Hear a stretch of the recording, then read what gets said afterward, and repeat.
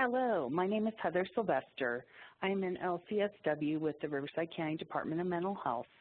I began working on the transition from the DSM-4 to the DSM-5 in 2013, researching potential changes and reading findings from all the different work groups. My goal today is to bring some of that context and as well as my own personal experience into this training series. The course is designed to let you work at your own pace. The course includes 5 modules, each lasting approximately 30 minutes. At the end of each module is a post-test, which you will be asked to complete. If you exit a module before completion, there is no way for you to return to the point where you left the series.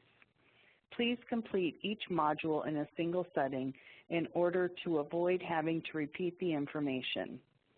All 5 modules and all 5 post-tests need to be completed in order to complete the course. Module 1 will cover the structural changes of the DSM-5. Module 2 will cover the neurodevelopmental disorders, schizophrenia spectrum, and other psychotic disorders. Module 3 will cover the diagnoses previously referred to as mood disorders. Module 4 will cover the diagnoses previously located either in the anxiety disorder section or the disorders usually first diagnosed in infancy, childhood, or adolescence. Module 5 will cover disruptive impulsive control and conduct disorders, personality disorders, and substance use and related disorders.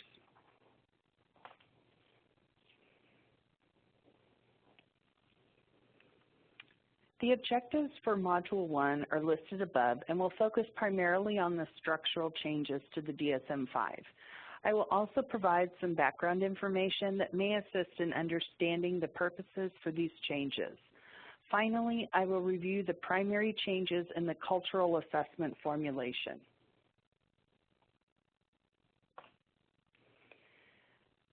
The DSM-5 has come a long way from the initial text that described masturbation and alcohol use as symptoms of a personality disorder.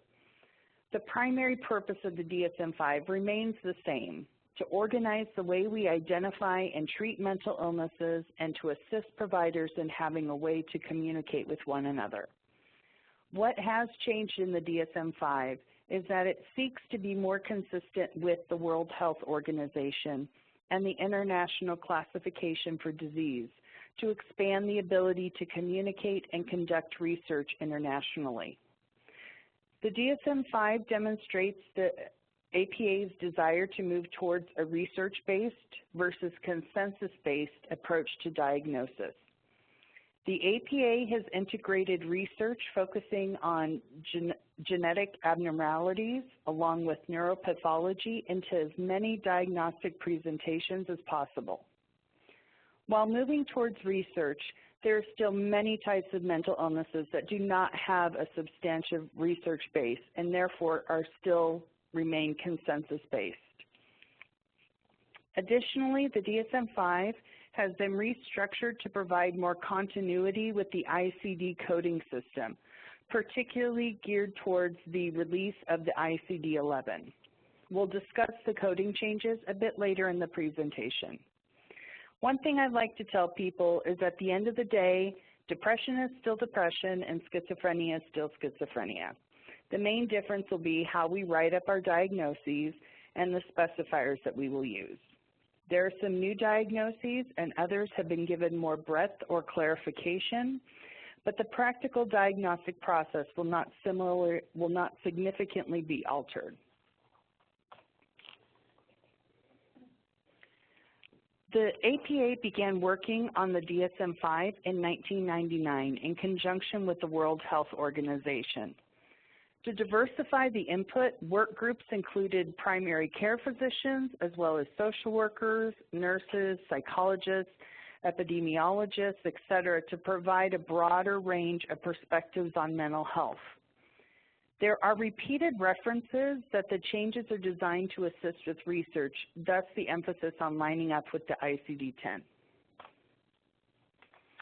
When we look at the way the diagnoses are written in the DSM-5, the chapters were reorganized for many reasons, but primarily to enable future research to enhance understanding of disease origins and pathophysiological commonalities between disorders, as well as to provide a base for future replication of the research. You may be noticing a theme by now. The 11 indicators that were considered when determining chapter organization were: 1, shared neural substrates, family traits, genetic risk factors, specific environmental risk factors, biomarkers, temperamental antecedents, abnormalities of emotional and cognitive processing, symptom similarities, course of illness, high comorbidity, and shared treatment response. Towards the end, chapters that appear closer to each other in the book are more likely to contain similar etiologies. For example, bipolar disorder has a similar etiology to schizophrenia. So it was moved out of the, quote, mood disorders and given its own chapter immediately following schizophrenia spectrum. Additionally, when considering differential diagnosis, this structure encourages practitioners to review diagnoses located in the adjoining chapters. So the structure of the chapters is designed to align with both the etiology as well as the organicity of the diagnosis. So you may be asking yourself, what happened to the 5-axis diagnosis? What many people have found to be the most anxiety-producing is that the 5-axis is gone. There were several reasons for the change, but most significantly was that it wasn't determined to be useful in research. Again, we have a theme. However, the same information that is presented in a 5-axis diagnosis will still be collected and noted in the record. The DSM-5 has greatly expanded the use of specifiers and V codes, which will hopefully provide a more accurate picture of the environmental factors contributing to the psychiatric presentation than the current system. The GAF has been discarded. However, for each of the major symptom presentations, there are rating measures to identify severity as well as progress towards recovery. This allows providers to rate severity as well as the progress on different symptoms within a single clinical presentation, both separately and together. This will help to provide more clarity in overall symptomatic presentation. So what you're seeing right now is a sample 5-axis diagnosis from the DSM-4. You'll note that we see the same codes, the same typical diagnosis that we would normally encounter. When we go to the DSM-5, this here is an example of the same diagnosis written up in the formulation of a DSM-5. For purposes of just to show what the options are, I did switch the personality disorder to make it the primary diagnosis. Now, we don't know how the Medi-Cal is going to be treating what disorders can be listed as primary, but we all know we've encountered people who have a primary diagnosis of a personality disorder. And what the DSM-5 does is it allows you to list the diagnoses both in order of severity as well as in order of treatment focus. So, for example, if I was working with this individual who had this diagnosis and I was working through our housing program, according to the DSM-5, I might actually have the V code V60.1 as their primary diagnosis. Now, again, this is not something we're not sure how we exactly will implement this in our own system, but according to the DSM-5, any of these can be listed as the principal diagnosis, and you will rank them according to severity and treatment focus. One of the other things that is new in the DSM-5 is assessment measures. There are multiple different assessment measures that have been included. It is important to note that the only one that has been rated, has really been studied and assessed for validity is the World Health Organization Disability Assessment Schedule, or the HUDAS. That, in essence, will be replacing the GAF. And that one has been used worldwide and has significant validity and has been researched extensively. All of the other assessment measures that have been added to the DSM-5 are listed as emerging research or emerging scales. And so they have not yet been studied, and they are there primarily to use as self-assessment tools and as guides to interaction. Now, I do have to say I have a Heather theory regarding this. The Heather theory is not actually based in fact, it's just my own perspective. And that is, with many of these assessment measures, when we look at where psychiatric medicine is practiced primarily, most psychiatric medication is prescribed by primary care doctors. And as they were part of the development of the DSM-5, my personal theory is that some of these assessment measures were designed to assist people who do not have a mental health specialty in creating a diagnosis and being more accurate in their diagnostic process. You will have in your attachments with this presentation, you will have samples of both the HUDAS, the cultural formulation interview, as well as some measures that shows how these steps of the measures would be used. For example, you start with a broad scale, and then if the individual identifies some depression symptoms, you then move on to the depression subscale, and then you end up with a severity scale. All of the assessment measures can be located on the APA website, which has been listed on the screen. When we look at coding, the DSM-5 was designed alongside of the ICD-10, or it was designed when the ICD-10 was utilized, but looking forward to the ICD-11. The ICD-11 is scheduled to be released in 2017. And so the purpose of the coding changes is that the DSM-5 is reorganized so that when the ICD-11 comes out, it will not be radically different from the DSM-5. However, like we all know, the United States is kind of along the same lines as the metric system. We like to use our own stuff. So while the rest of the world has been using ICD-10 for many years, we've still been using the ICD-9. Originally, we were supposed to implement the ICD-10 coding system in October of 2013. That got pushed back to October 2014, and now we're looking at an implementation date of October 2015.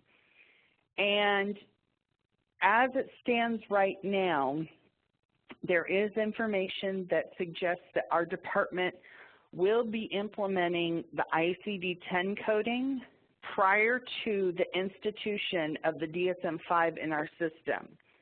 We are not sure exactly how that will work, but it is coming down the road that the coding will be implemented within the next several months. When we look at the DSM and culture, the DSM has never been well-versed in culture. And to this end, they have made a greater effort in the DSM-5 to be more sensitive to cultural diversity. I like to say that they really made a good try when it comes to culture. It is, however, still focused on a more researched base. That is their goal, is to have everything come from a research base. And for all of us who ever took a Psych 101 class, we know that most research takes place on college campuses or through pharmaceutical trials. And therefore, the research itself may not be culturally sensitive. So the APA did make some steps to ensure that there was not bias in the research from the medical pharmaceutical companies. They limited the amount of money that the researchers could receive from private interests, but they are represented nonetheless. So what that does is we do still need to consider all of the different cultural variables that come into play when making a diagnosis. Some of the steps that the DSM-5 has taken is, instead of the 2-sentence descriptions of the 25 different culture-bound syndromes, they've actually condensed that into 9 terms of cultural concept of distress, but they have added more description to that.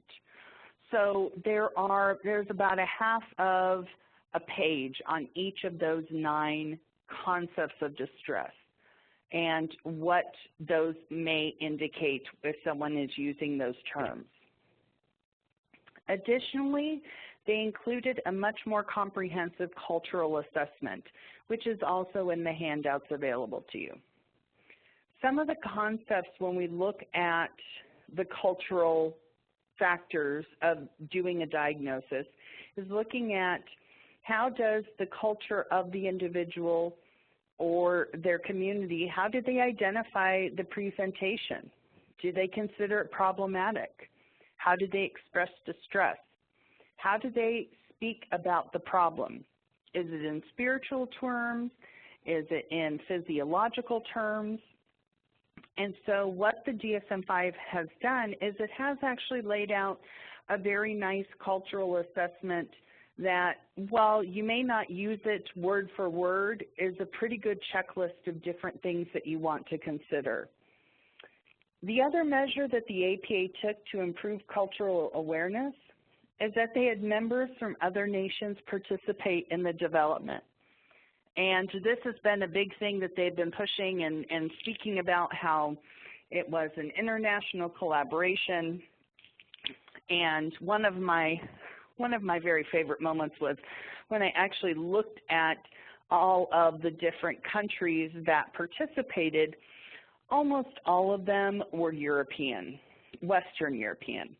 In fact, there was only one participant in any work group from South America, one person from Mexico, one person from South Africa to represent that entire continent, and one person from China to represent all Asian nations. So one of the even better parts of that is none of those people from other countries were included on the work group assigned to gender and cross-cultural issues. So we're talking about progress, but we are far from achieving perfection. When we look at the primary chapters, we are not obviously going to have time to go over all of the different chapters, so these are the ones that we're going to focus on. The chapters that are represented here are the ones that we are most likely to encounter in a public mental health setting. And they are listed in the order in which they appear. You will notice that several of the chapters represent diagnostic clusters that previously were contained in a broader chapter. This was done to enhance differential diagnosis and due to similarities or differences that were discovered in the research. Additionally, each chapter is ordered on a spectrum, from those with a primarily biological etiology to those with a more environmental etiology as we currently understand them.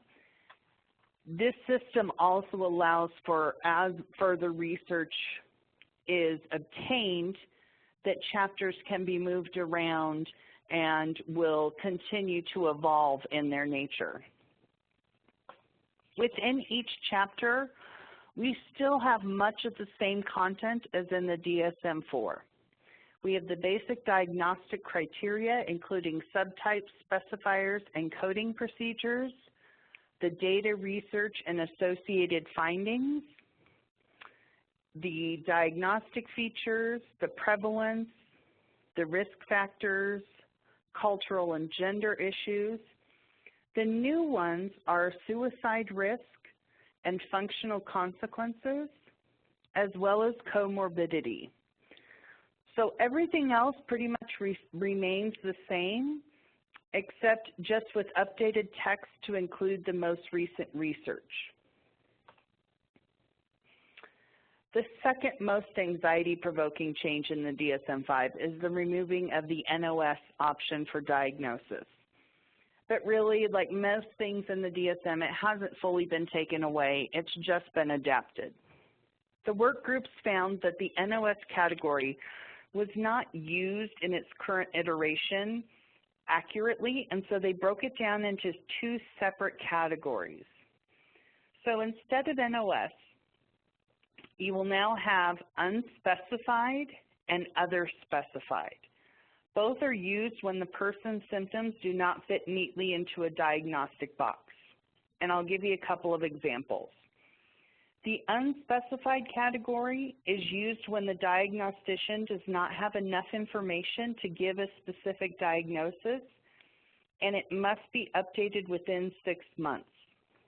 So let's say someone came into the emergency room with suicidal ideation and severe depressed mood, but they're also intoxicated and you have no history.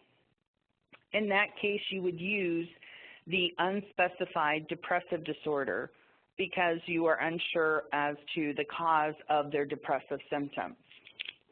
The other specified is used when the diagnostician has all of the information needed to make a diagnosis, but there is a specific reason why the person does not fit neatly into a diagnostic box. So for someone in that situation, if I did a full assessment, had all the collateral information I needed, was able to get a history, and determined that the person had 4 prominent and severely impairing symptoms of depression, but did not meet the criteria for the 5 symptoms, I would use the other specified depressive disorder and indicate that the reason they do not receive a MDD diagnosis is that they have only 4 of the 5 symptoms. That diagnosis would not need to be updated, as a specific reason is given as to why the person does not meet criteria. Along with each of these distinctions, each category of diagnosis continues to have an option for indicating that the symptoms are due to a substance or medication or due to a general medical condition.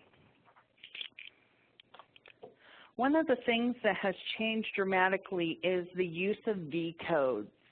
With the removal of the GAF, they have expanded greatly the number of V codes. And, in response to the removal of Axis 4, they have greatly expanded the number of V codes.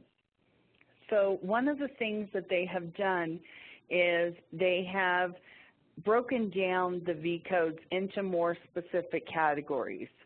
So instead of just relational problems, they may indicate relational problems with spouse. Instead of housing issues, they may have, it will say something along the lines of past history of homelessness or inadequate housing. So it gives you a greater variety to choose from. When the ICD-10 is implemented, these V codes will change to Z codes and T codes, but the titles will remain the same.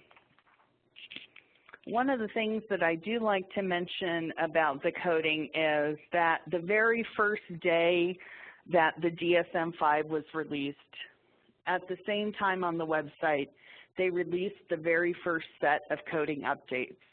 So while you will have the DSM or the ICD-10 codes in your DSM, it is highly recommended that you also go to the website and print out the most current list.